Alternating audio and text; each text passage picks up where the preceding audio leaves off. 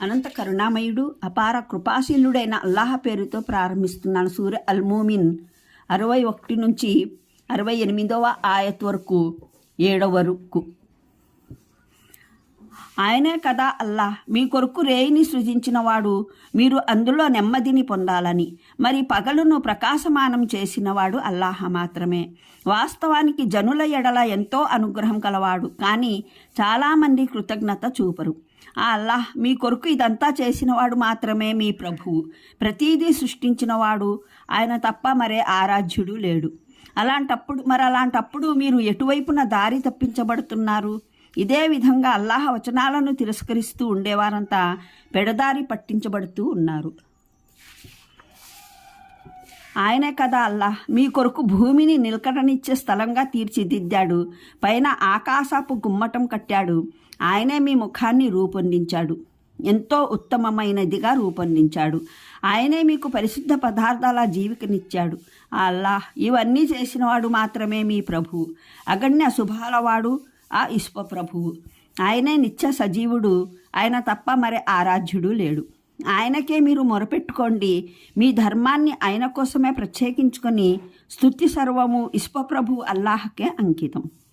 ప్రవక్త ఈ జనులకు చెప్పివేయి, మీరు అల్లాహను వదిలి ఎవరినైతే మొరపెట్టుకుంటూ ఉంటారో ఆ అస్తిత్వాలను ఆరాధించడం పట్ల నన్నైతే వారించడం జరిగింది. నేనిది ఎలా చేయగలను? నా వద్దకు నా ప్రభు వద్ద నుండి ప్రస్ఫుటమైన సూచనలు వచ్చేసిన తరువాత నాకు ఆదేశము ఇవ్వడం జరిగింది. నేను నిఖిల జగతి ప్రభు సమక్షాన విధేయతా శిరస్సును వినమ్రం చేయాలని. ఆయనే కదా మిమ్మల్ని మట్టితో సృష్టించాడు, తరువాత రేతస్సు బిందువుతో, తరువాత రక్తపు ముద్దతో, తరువాత ఆయన మిమ్మల్ని శిశువు రూపంలో వెలికి తెస్తాడు, మిమ్మల్ని పెద్దవారిగా చేస్తాడు. మీరు మీ పూర్ణ శక్తికి చేరుకోవాలని, పిదప ఇంకా పెంచుతాడు, మీరు వృద్ధాప్యానికి చేరుకోవాలని. మరి మీలో ఒకడు ముందే తిరిగి రప్పించుకోబడతాడు. ఇదంతా మీరు నిర్ణీత సమయానికి చేరుకోవడానికే, ఇంకా మీరు యథార్థాన్ని గ్రహించడానికే. ఆయనే జీవనాన్ని ప్రసాదించేవాడు, ఆయనే మృత్యువును ఇచ్చేవాడు. ఆయన ఏ విషయాన్ని నిర్ణయించినా కేవలం ఒక ఆదేశం ఇస్తాడు, అది నెరవేరాలని. అది నెరవేరుతుంది. 85వ వివరణ. ఈ ఆయట్లో 2 ముఖ్యమైన విషయాలు ఉన్నాయి. మొదటిది, ఇందులో రేయిని పగలును దేవుని ఏకత్వానికి నిదర్శనంగా పేర్కొనడం జరిగింది అని. అవి నియమబద్ధంగా రావడం వల్ల తేటతెల్లమయ్యే భావం. సూర్యుడిపైన భూమిపైన ఒకే దైవం పరిపాలన సాగుతోందన్నది. ఆ రెంటిలో మార్పులు జరగటం వల్ల భూమిలో మానవుడు ఇతర సృష్టి రాశులకు కలిగే ప్రయోజనం ద్వారా ఆ ఒక్క దైవమే ఈ సమస్త పదార్థాల సృష్టికర్త అని తేలిపోతుంది. ఆయన ఈ వ్యవస్థను ఉన్నత స్థాయి విజ్ఞతతో నిర్మించాడు. దీనివల్ల ఆయన పుట్టించిన సృష్టిటాలన్నింటికీ ప్రయోజనకరం అయ్యేలా తీర్చిదిద్దాడు.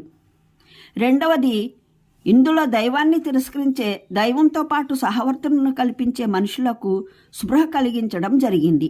దైవం రేయి పగళ్ల రూపంలో ఎంత మహత్తరమైన వరప్రసాదాన్ని వారికి బహుకరించాడో. ఆయన అనుగ్రహించిన ఈ వరప్రసాదం వల్ల ప్రయోజనం పొందుతూ వారు ఆయన పట్ల ఎంత విద్రోహానికి, అపనమ్మకానికి పాల్పడుతూ ఉన్నారో. ఇది ఎంత హీనమైన కృతజ్ఞతో వారికి ఎత్తి చూపడం జరిగింది. మరిన్ని వివరాలకు చూడండి ఖురాన్ అవగాహనం సంపుటి 3 యూనుస్ సూర పాదసూచి 65, సంపుటి 5 అల్ఫుర్ఖాన్ పాదసూచి 77, అన్నమ్ల పాదసూచి 104, సంపుటి 6 అర్రూమ్ పాదసూచి 33, లుఖ్మాన్ 29 పాదసూచి 50, సంపుటి 7 యాసీన్ 37 పాదసూచి 32. అంటే రేయి పగలు మారి మారి రావడం వల్ల ఆయనే మీకు సర్వ సృష్టి రాశులకు కర్త అన్న విషయం తేలిపోయింది. ఈ మార్పు మీ జీవితానికి అందజేసే మహత్తరమైన ప్రయోజనాల వల్ల ఆయనే మీ పట్ల ఎంతో దయగల ప్రభువు అన్న విషయము రుజువైంది. దీని తరువాత మరో మార్గం లేకుండా మీకు నిజమైన ఆరాధ్యుడు ఆయనే అన్న విషయము దానంతటా అదే నిరూపితమైపోతుంది.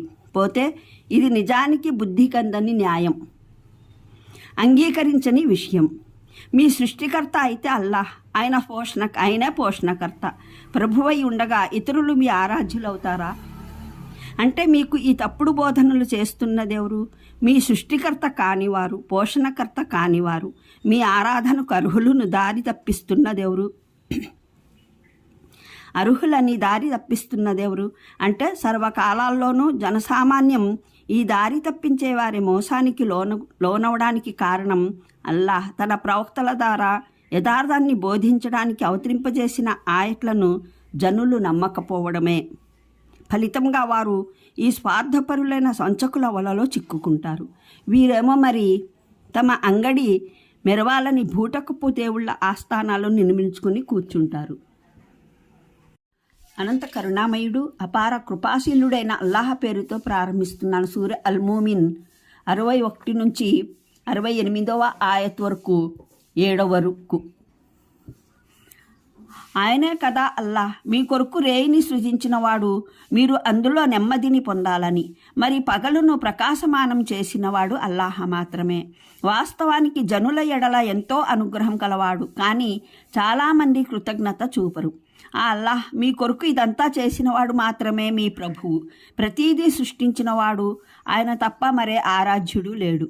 అలాంటప్పుడు మీరు ఎటువైపున దారి తప్పించబడుతున్నారు? ఇదే విధంగా అల్లాహ్ వచనాలను తిరస్కరిస్తూ ఉండేవారంతా పెడదారి పట్టించబడుతూ ఉన్నారు. ఆయనే కదా అల్లాహ్ మీ కొరకు భూమిని నిలకడనిచ్చే స్థలంగా తీర్చిదిద్దాడు, పైన ఆకాశపు గుమ్మటం కట్టాడు. ఆయనే మీ ముఖాన్ని రూపొందించాడు, ఎంతో ఉత్తమమైనదిగా రూపొందించాడు. ఆయనే మీకు పరిశుద్ధ పదార్థాల జీవికనిచ్చాడు. ఆ అల్లాహ్ ఇవన్నీ చేసినవాడు మాత్రమే మీ ప్రభువు, అగణ్య శుభాలవాడు, ఆ ఇష్ప ప్రభువు. ఆయనే నిత్య సజీవుడు, ఆయన తప్ప మరి ఆరాధ్యుడు లేడు. ఆయనకే మీరు మొరపెట్టుకోండి, మీ ధర్మాన్ని ఆయన కోసమే ప్రత్యేకించుకొని స్తుతి సర్వము ఇష్ప ప్రభువు అల్లాహకే అంకితం. ప్రవక్త ఈ జనులకు చెప్పివేయి, మీరు అల్లాహను వదిలి ఎవరినైతే మొరపెట్టుకుంటూ ఉంటారో ఆ అస్తిత్వాలను ఆరాధించడం పట్ల నన్నైతే వారించడం జరిగింది. నేనిది ఎలా చేయగలను? నా వద్దకు నా ప్రభువు వద్ద నుండి ప్రస్ఫుటమైన సూచనలు వచ్చేసిన తరువాత నాకు ఆదేశము ఇవ్వడం జరిగింది. నేను నిఖిల జగతి ప్రభువు సమక్షాన విధేయతా శిరస్సును వినమ్రం చేయాలని. ఆయనే కదా మిమ్మల్ని మట్టితో సృష్టించాడు, తరువాత రేతస్సు బిందువుతో, తరువాత రక్తపు ముద్దతో, తరువాత ఆయన మిమ్మల్ని శిశువు రూపంలో వెలికి తెస్తాడు, మిమ్మల్ని పెద్దవారిగా చేస్తాడు. మీరు మీ పూర్ణ శక్తికి చేరుకోవాలని, పిదప ఇంకా పెంచుతాడు, మీరు వృద్ధాప్యానికి చేరుకోవాలని. మరి మీలో ఒకడు ముందే తిరిగి రప్పించుకోబడతాడు. ఇదంతా మీరు నిర్ణీత సమయానికి చేరుకోవడానికే, ఇంకా మీరు యథార్థాన్ని గ్రహించడానికే. ఆయనే జీవనాన్ని ప్రసాదించేవాడు, ఆయనే మృత్యువును ఇచ్చేవాడు. ఆయన ఏ విషయాన్ని నిర్ణయించినా కేవలం ఒక ఆదేశం ఇస్తాడు, అది నెరవేరాలని. అది నెరవేరుతుంది. 85వ వివరణ. ఈ ఆయట్లో 2 ముఖ్యమైన విషయాలు ఉన్నాయి. మొదటిది, ఇందులో రేయిని పగలును దేవుని ఏకత్వానికి నిదర్శనంగా పేర్కొనడం జరిగింది అని. అవి నియమబద్ధంగా రావడం వల్ల తేటతెల్లమయ్యే భావం.